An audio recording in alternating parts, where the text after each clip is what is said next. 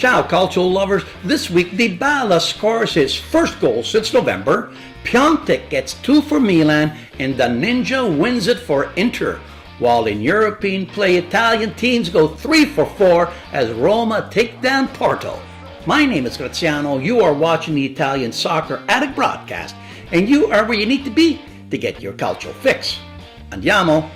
On Friday, Juve hosted bottom-feeding Frosinone at the Allianz, and it didn't take long for the Bianconeri to find the back of the net as Dybala in the 6th got his first goal since November, driving a left-footer into the top right-hand corner. Then Bonucci in the 17th hits home a scrambler, and also getting in on the act was Ronaldo in the 63rd, who slotted home a Mandzukic pass, giving him 19 for the year. Juve are the only club in Europe's top 5 leagues with no losses and lead Napoli by 13 points. Well, at least with the signing of Ronaldo, Juve will be guaranteed its 8th Scudetto in a row, but unfortunately, no Coppa Italia.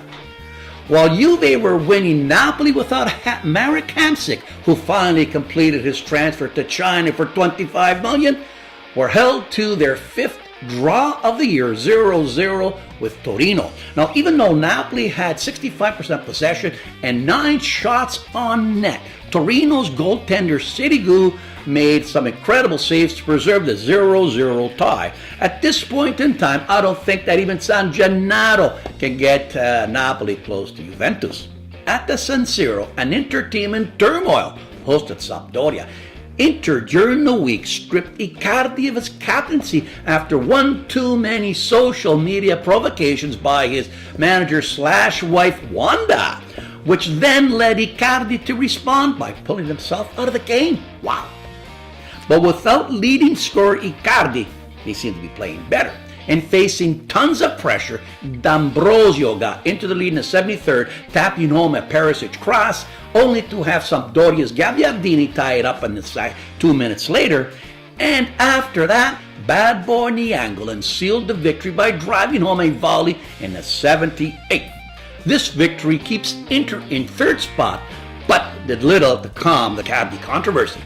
European giants like Real and City are now circling around Wanda's Icardi. Sort of reminds you of Spalletti's relationship with Totti, no?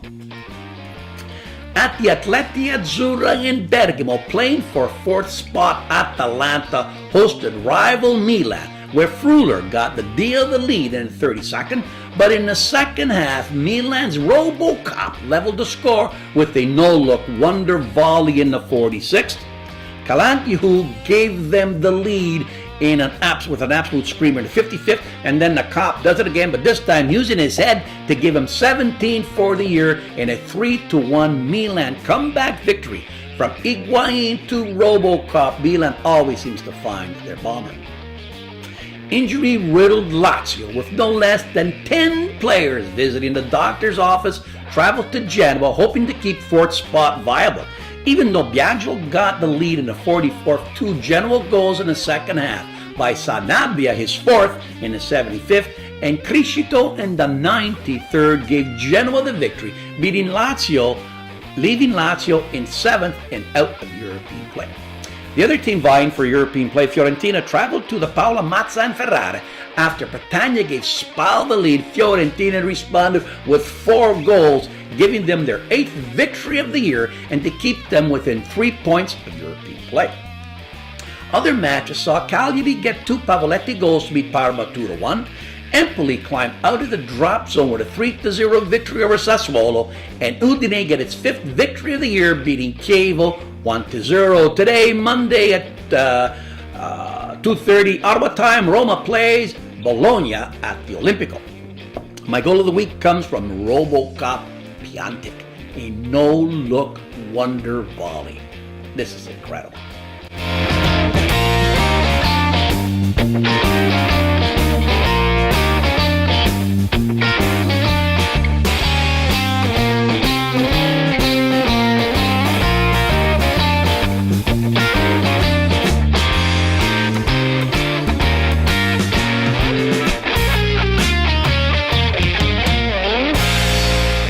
This week, European play returned to the continent with Italian teams going 3-4. First off, at the Olimpica, Roma's wonder kid Zaniolo hit the back of the net twice to lead the Romans to a 2-1 victory over Porto.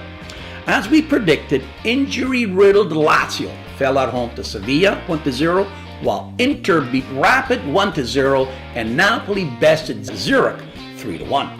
Not surprising was Real beating Ajax 2-1, while the two shockers saw firstly PSG with a Cavani and Neymar beat Man U 2-0 in Manchester, while Tottenham without Harry Kane demolished Borussia Dortmund at home 3-0.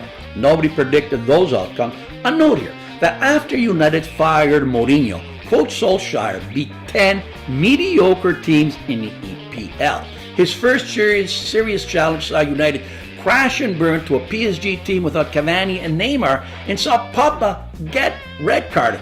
Now this is a Manchester. This coming week, European play resumes with 8 more matches, and giving us his perspective is my nephew, Marco Piscitelli, who says that Barcelona will beat Lyon by at least 2 goals.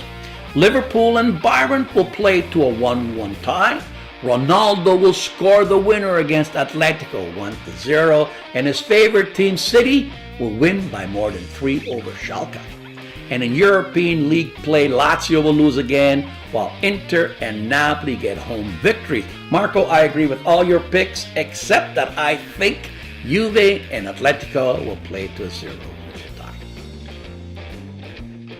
Across the Alps in rioting Paris, PSG, without Cavani and Neymar, continue to squeak out victories with their second 1-0 victory, this time over Saint-Etienne, with Mbappe getting his 19th goal on the year. On the Rhine, Bayern pulled to within 2 points of Borussia, beating Augsburg 2-3. And on the peninsula, Messi got his 22nd of the year as Barca beat Valladolid 1-0, while Real shockingly fell at home to Girona 2-1, and falling 9 points back of the lead.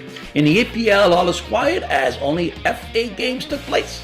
That's it from across the Alps. Now back to the booth. Did you know that the special one, Jose Mourinho, is the best at getting paid before being fired? From 2 sackings by Chelsea, he pocketed 34 million euros. He got 19 million euros from Real Madrid, and the last sacking from United, he got 22 million for a whopping 75 million euros. He's made more money from being sacked than the entire value of the players in Italy's 10 bottom teams. Wow. And finally, did you know that Roma's wonder kid Zaniolo set an Italian league record for being the youngest person, an Italian, to score 2 goals in a Champions League game? The new Totti? We'll see. That's it for this week. Please push that subscribe button, give me the Roman thumbs up, and tell your soccer-loving friends where to find us. That's it. Ciao and a presto.